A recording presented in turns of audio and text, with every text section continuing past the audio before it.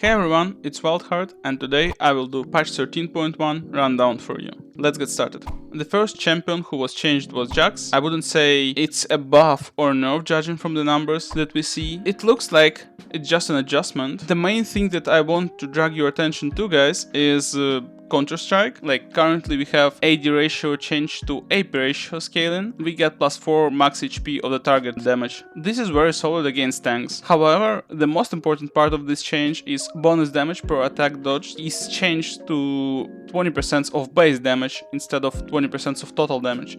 So in general, that's a great buff if we speak of like flat numbers, if Jayce didn't build any items yet. So if we speak about his basic damage, that's a very solid buff. That's a great buff for early game ulti. Cooldown 80 seconds to 190, 180 respectively. Third hit passive bonus magic damage 100, 140, 180 plus 70% AP to 80.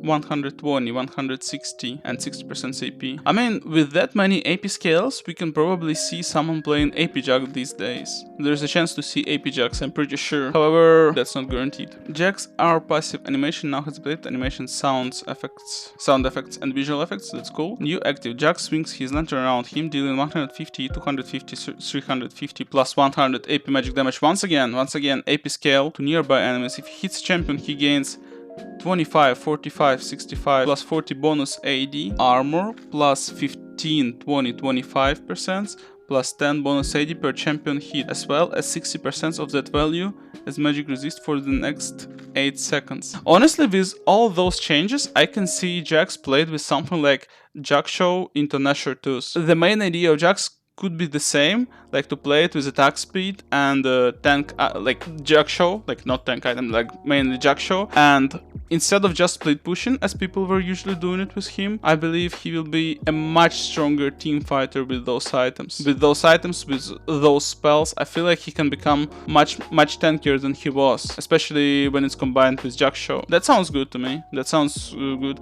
Like, it's kind of an adjustment, but I cannot say that's neutral adjustment. It kind of sounds to me like a buff, especially this part about during this time the passive damage applies every second attack instead of every third. That's a lot. Like basically that's 3 Ginsu for Jayce for 8 seconds. This sounds very good to me, to be honest. Aatrox. Passive damage decreased, E increased, healing from R decreased. R bonus movement speed decreased. That's good, that's very good. I mean, Aatrox mains might hate it, but yeah, I mean, that had to happen because Aatrox was just too strong. Like, whenever this guy was getting level 3, it was super hard to handle him, especially in this gap from level 3 to level 5, he was just unbearably strong. So, yeah, I mean, this nerf is a must, but let's see what happened. Bonus percent maximum health damage 5 to 20 based on level 4 to 10. That's a lot. That's actually a lot, speaking of percents. Alright, Umbral Dash. Passive increased healing during World Ender 25, 30, 35, 40, 45%, so 20, 24, 28, 32, 36. That's not bad too.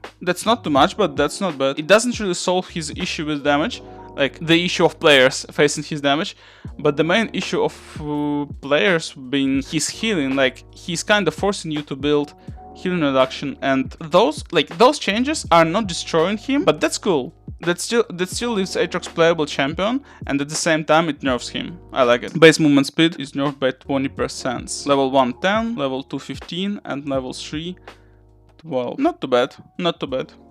We take it. Let's go to Mundo. That's probably the nerf that I'm happy to see the most, because during the last patch, Mundo was probably the strongest top laner if we speak about low ranks. Like, on high ranks, people knew how to handle him, but on low ranks, he was just demolishing every single game. He was kind of a must ban, so I'm extremely happy to see him nerfed, even after the hotfix at the mid of December. So what we have, base health nerfed by 40, armor grows 0.5, not too much, but that's still positive because Mundo scales of HP, so that's something we want to see. E, blunt force trauma, bonus attack damage 2.5, 3 is 3.5, 4 4.5 of maximum health, so basically 0.5% each level, right? That's not too much, but probably that's what we need in order to nerf Mundo step by step. Like, I don't want Mundo to die, like I don't want to see Mundo unplayable as he was before all the buffs he received. Like, that's probably the right thing to do, to experiment with the nerfs and nerf him step by step in order to avoid just killing the champion. Fiora, passive AD scaling decreased, Q bonus AD scaling decreased. Since durability and tank item updates, our premier anti-tank skirmisher has been eaten well. Her bonus AD hungry kit has better options against all foes with the new Ravenous Hydra. As the stars have aligned for Fiora's success, we need to top down the AD scaling on both her anti-tank and generic damage. Champions who can do too much of both can veer into the territory of becoming too strong, but we do want her to maintain her unique kit. Our eyes will be on the Grand Duelist to monitor these changes. I mean, nerfing Fiora is probably the right thing to do, since she was really strong against tanks. Like, she was destroying most of the tanks, right? And I kinda feel like Fiora was too strong against most of the meta champions that were popular now. Like, she was strong against Aatrox, she was strong against Mundo, she was strong against Camille, if you pilot her well, right? Like, she's kinda countering everyone on top lane, so nerfing her just a little wouldn't be a bad thing. Maximum health damage, AD scaling, 4.5 maximum health true damage per 100 to 4 maximum health true damage per 100 AD. I mean, that's not too much, that's probably what we need to have nerfed. That sounds valid to me. That sounds good. Physical damage nerfed. So we basically getting the ratio scaling nerfed by 5%. So that's not much. So that's kind of a nerf, but that's more of a placebo nerf. That doesn't kill Fiora. I believe she will be at kind of the same spot, so we might see her a lot this patch as well. Base AD increased, Q hammer form, base damage increased. Wow. W hammer form damage increased. That's cool. That's actually cool because I didn't see Jayce in meta for a while. Like, he wasn't popular for a while, and I'm really happy to see him back because this is a very interesting champion. Meanwhile, he's a very hard champion to be piloted, and yeah, I'm super excited to see him in the game. Alright, so we have plus 5 damage on level 1 and like 5 more every single level till like level 5. At level 5 we are getting plus 30 damage. That's actually good. That's actually very good considering the fact that we are usually maxing Q. That's good. W hammer form plus 10 plus 10 plus 10, basically plus 10 on, yeah, that's like plus 10 damage on average. I don't think that might impact Jayce, to be honest. Like, it helps him, but it doesn't make him overtuned or strong. Like, it might help a little, but it won't make Jayce being super popular, especially considering the fact that Jayce is very difficult champion to pilot, and Jayce is very punishing champion. Like, if you do one mistake, it's extremely easy to snowball Jayce, so I don't think this might solve all the issues Jayce has now. Okay, Sante. Base movement speed decreased, passive base damage decreased, W physical damage decreased. Movement speed decreased by 5, passive damage 10 to 25 to 5 to 20. That's not bad. That's actually a healthy nerf because I felt like Sante was a little bit overtuned in terms of damage, speaking of the fact that he is tank. Like, why the hell he does that much damage when he is tank, right? W Pathmaker. So, minimum physical damage 425 up to 525 of target's maximum health. Nerf to... Wow. Nerf to 2 up to 3%. That's a lot. I mean, I cannot state yet that will kill Sante, but that's a lot. That's a huge nerf. 825. Up to 925 when it's maximum physical damage, and nerf to 8. Well, speaking of maximum physical damage, that's not that much, but speaking of minimum health damage, that's a lot. That's very strong nerf. Moving onwards, we have Lissandra here. Health growth increased, Q slow increased, W cooldown decreased. Let's see, health growth is increased by 6. Not too much, but still something. Q ice shard slow, 16, 19, 22, up to 28, and buffed up to 36. That's cool. That's actually very cool because I love seeing Lissandra in meta. She's very interesting mage to spectate, especially considering her passive. Like, her passive is super effective in team fights, and honestly, I love having Lissandra in meta. Like, she's very interesting to play with and play against. And this buff is not overtune, like, it doesn't overtune her at all. It's actually a very healthy buff. The worst thing they could do is buffing her mana cost, so her Q would cost even less mana. That would be the worst thing to do, I believe. Or buffing cooldown on Q. W Ring of Frost. Cooldown is reduced. It's reduced by 2 seconds. That's good. I mean, that's very healthy buff as well. It helps her to clear faster, to get the wave pushed, and let's say help her team to fight for Drake or set up the dive on bot lane. Like, there are so many options you can go for with this W. That's very good. I mean, I love those buffs. This is very good. It actually might help Lissandra a lot. Like, it doesn't make her god tier, that's obvious, but at the same time, it might increase her win rate at least by 1%, that's for sure. Rammus. Base AD decreased, base health decreased, W calculations adjusted, flat armor decreased, armor skilling decreased. I mean, he got nerfed at literally everything. Alright, so base attack damage is nerfed by 3, base health is nerfed by 20, defensive ball curl, flat armor is decreased, percent armor is decreased as well, like it gets back at level 5, so basically when you're level 9, but I mean, those are solid changes. Okay, math. Flat traces granted by Rammus W are now also amplified by the percent resists that are granted by W. So they are...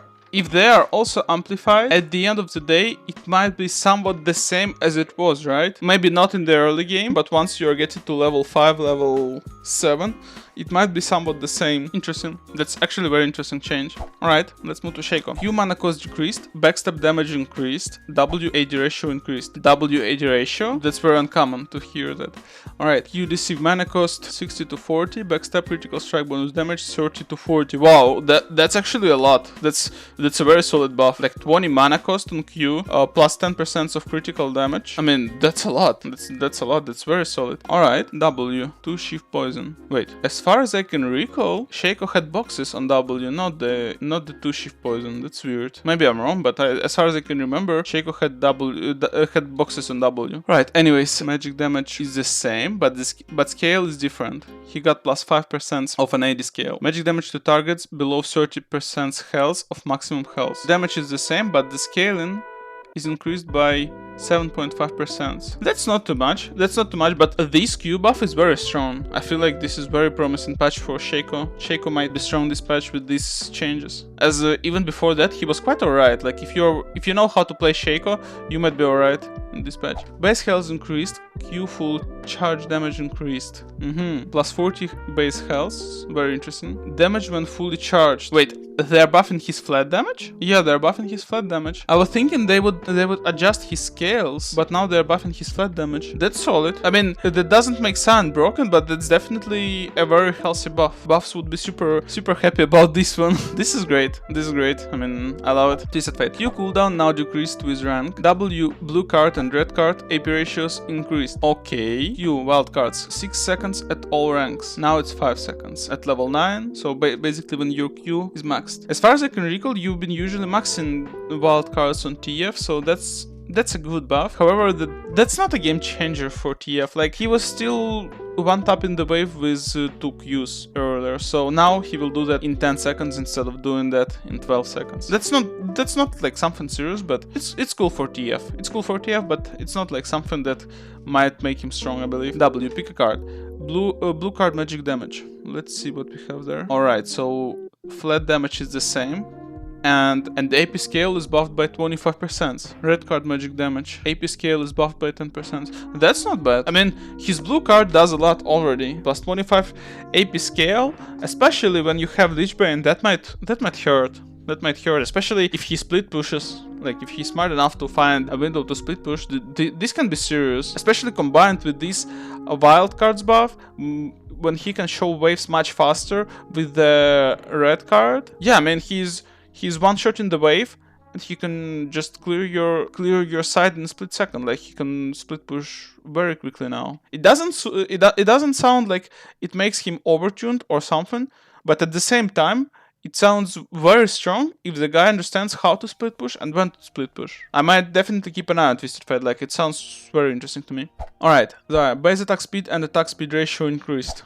That's kind of a placebo buff. I wouldn't say that's bad or good. At the same time, I feel like Xaya was alright. Like, she didn't need any buff. Like, I think Xaya is something that was just alright. Like, she doesn't need any changes. But alright, why not? Yumi, Q base damage decreased. Okay, what do we have there? Wait, it will.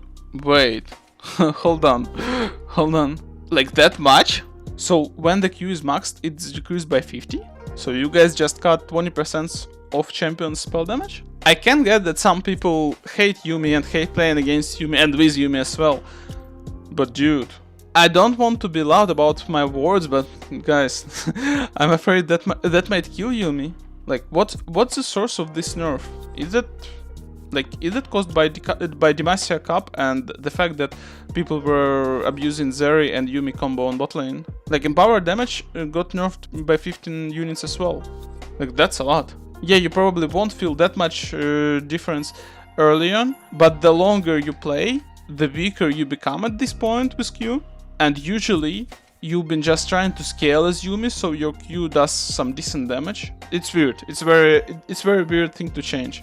But alright, probably we will get a Yumi rework shortly, and this won't be a thing. Zeri, attack damage growth decreased, Q base damage decreased. Alright, attack damage growth is nerfed by 0.2. That's not something that we want to pay attention to. Like, honestly, I feel like those two nerfs, Yumi and Zeri, they are kind of combined simply because of processing. Like, I don't think this is related to solo queue or solo players. Like, I feel like this is targeted for processing. As you can see, that's absolutely the same thing as Yumi got. Like, Q is getting nerfed with the levels, so she can't show too hard. This is a very interesting shift for Zeri because she was a terrible champion not too long ago, and now she got a little bit buffed, and now we're getting her nerfed back.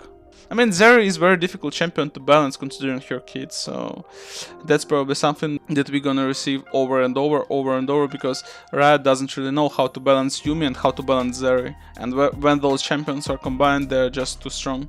Because when Yumi buffs Zeri, you cannot focus Zeri because she's just too fast because of her E, because of her movement speed, and Yumi can root yours at the same time with ulti. And same thing with Yumi, you cannot focus Yumi because she just sits on Zeri and buffs her, that's it. Axiom Arc. Axiom Arc is a cool item, but really only has one core user is Nocturne, and we love him for it. With a buff aimed at assassins, we hope that more players will be casting more ultimates so they can ultimately complete their anime protagonist arc. 8 lethality? For this item? I mean, that's very solid. That's very solid. And I also feel like that's not the first time this item is getting buffed. Like, 8 lethality, considering the fact that it was getting 10 lethality, that's like twice as much. For champions like Talon, it can be a core item, I believe. I'm excited to see how people will use this item in the game, but judging from numbers, it sounds very promising for some champions. Especially for those who've already been building lethality, and those who are trying to use their ultis as often as possible. So yeah, I mean, for Talon that can be a thing. I don't think that can be a very good item for Zed, but maybe you want to get it for Zed simply because of lethality, because lethality numbers are very high. Horizon Focus. Horizon Focus doesn't receive too much attention outside of a few artillery mages. Wow, no one could say that. And it's not even that great on them. With enough ability power to now match Shadow Flame, maybe you will tell the shopkeeper, bring me the Horizon Focus, to which they will reply, that the spirit. No way. Nah. I mean, the reason why Horizon Focus isn't popular is not its ability power, it's the passive effect of this item. Like, the main idea why people are picking Shadow Flame, because Shadow Flame is giving you magic penetration, and the magic penetration is even stronger if the guy who you're fighting with is shielded. So, I mean, I don't see any reason why would you go Horizon Focus unless you're playing against a guy who is perma invisible, let's say Evelyn or Twitch, like those guys who you want to have highlighted. And still, it's cool they're buffing it, but I don't think that might change anything. Jak'Sho the Protean. Jak'Sho has landed as a solid core item for tanks, however it's also been quite potent on fighters. Yeah, that's true. We're okay with fighters sometimes purchasing the item when they want to lean more into durability over damage. But we don't think it should dominate all the other mythic choices they have. And right now, it's close to doing just that. We are shifting the ratios on Jak'Sho to better incentivize additional defensive purchase and make it a worse one-stop shop for durability in fighter builds. I mean, that's reasonable. Cost is nerfed by 100, Voidburn Resilience stacking 2 per second, 15% total resist at max stacks, 2 per second. 20% bonus resists at max stacks. I mean, it's a buff. It's a buff, no? Wait, wait. Total resists? Bonus no, this is not a buff. This is not a buff. I mean, actually, it can be considered as a buff, actually. In, like, during early game, definitely that's a nerf during early game. If you rush it as a core item, that's a nerf, especially on fighter. But let's say if you're building this item on tank, especially when let's say it's like third or fourth item, that can be a thing. That can be a thing with this 20% bonus resist. That can be a thing, especially with champions like Rammus, let's say. I can see it working. Drain damage. 3% of maximum health to 80 plus 7% bonus health. Yeah, I mean, this item became a scaler. This item became a scaler.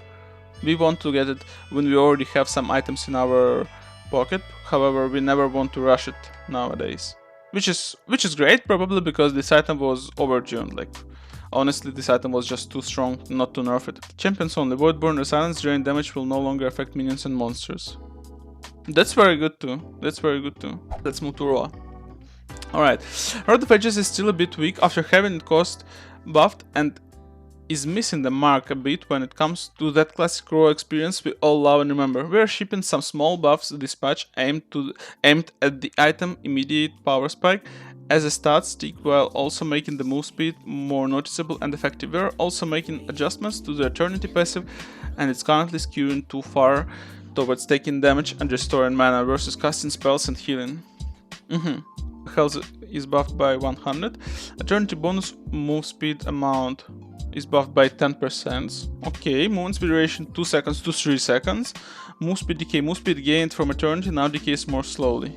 Percent of pre-mitigation damage received restored as mana is nerfed. Percent of mana cost spent restored as health.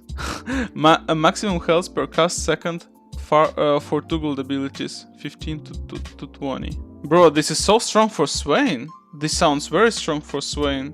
Like, Swain always has issues with movement speed. This kind of makes up for his movement speed issues. On top of that, it helps him to regen even more with his ulti. Like, Swain can become immortal at some point, no?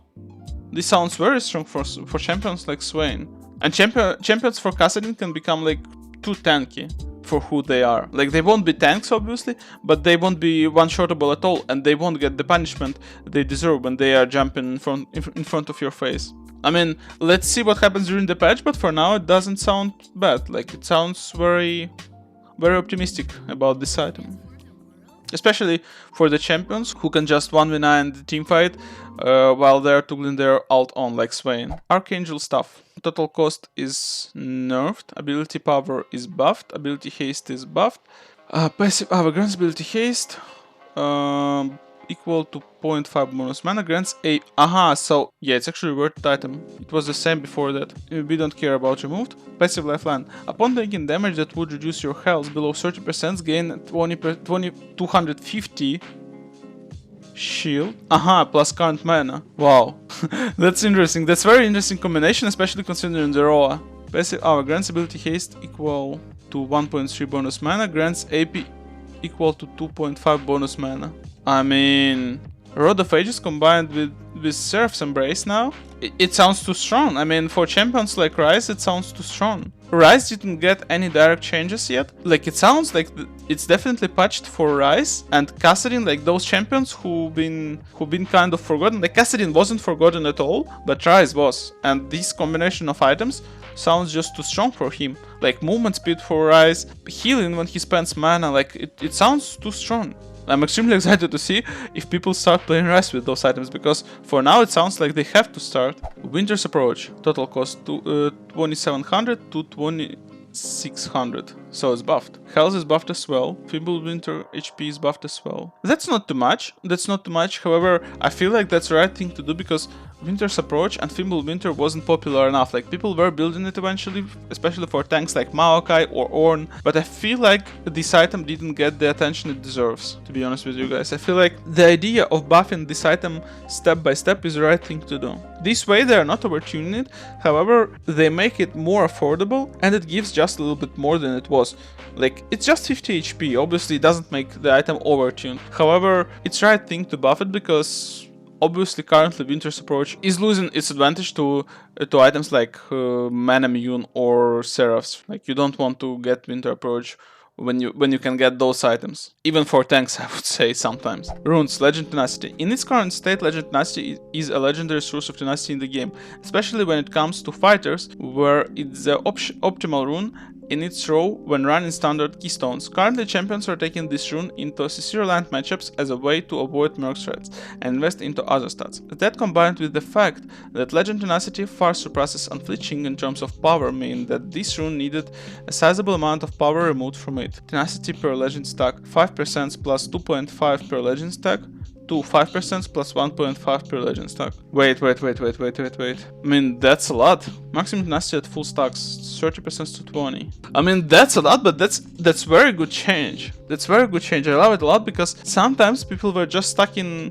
tenacity plus unflinching plus getting Mercury threats, and it was impossible to CC them. In some team comps, like if you're stuck in CC on your team comp, let's say your support is Braum, ADC is Varus, mid laner is, let's say, Malzahar, who silences, jungler is Sejuani, and top laner, let's say, Renekton. And with all of those champions, just stuck in Legend Tenacity, Unflinching plus Mercury threats would be just too overpowered, like you won't get CC'd at all. So what's the point of picking those champions then? That's a very healthy nerf, I must say. Considering how weak is Unflinching comparable to Tenacity, it's a right thing to do. Especially given the argument that people were getting Legend Tenacity and skipping Merc threats. This is a huge buff to Merc threats at the same time. Like, you just want to get Mercs now instead of skipping them, even if you're playing against almost full AD team comp or even AD team comp, so you can get like Mercs and keep building armor, but you won't focus that much on this rune. This is a wise thing to do. Like, I love it. Arm adjustments, we don't really care about ARAM. Competitive. Alright. New ranked rewards as you climb have been added. These are earned through obtaining split points by completing games. You earn 10 split points for a win and 6 for a loss. Check out the rewards in the ranked tab in the client. The ranked skin for split 1 is earnable by players of all ranks, but the amount of split points required varies by rank. 80 points for gold and above, and 1600 points for silver and below. In addition, once you earn the skin, it remains earned even if you were to demote. The skin will be distributed after the end of season 2023 split 1. Promotion series have been used from a best of 5 to a best of 3. The restriction on duoing in ranked solo duo with an MMR of masters or above is disabled until patch 13.3. Note, the duo restrictions based on visible rank are still active, so a player who reaches master or above will not be able to duo. Visible rank is no longer used as matchmaking criteria, only MMR. Wow. This is very interesting to change right when season starts, because some people may just queue up as duo if they are, let's say, if they are smurfing, get their MMR abused to master tier, and get their early challenger. No? I mean, it sounds like that to me. It's it's extremely strange thing to me. Like, why would you do that? That's a very strange thing to me. I don't understand it, but yeah, I mean, it is what it is. Refund token? Yeah, guys, you might get one refund token now as season starts. I don't want to go over bug fixes because there are too many. Let's see what do we have with Rune Recommender. You can now directly navigate between the Rune Recommender and the editing page from the same screen. Smite will no longer be recommended as a summoner spell outside of the jungle role for champions whose most popular role is jungle. Okay, that's good. For now, that's all, guys. Hope you enjoyed the video and it was helpful for you. If so, make sure to like it, subscribe to my channel, and see you next video, guys.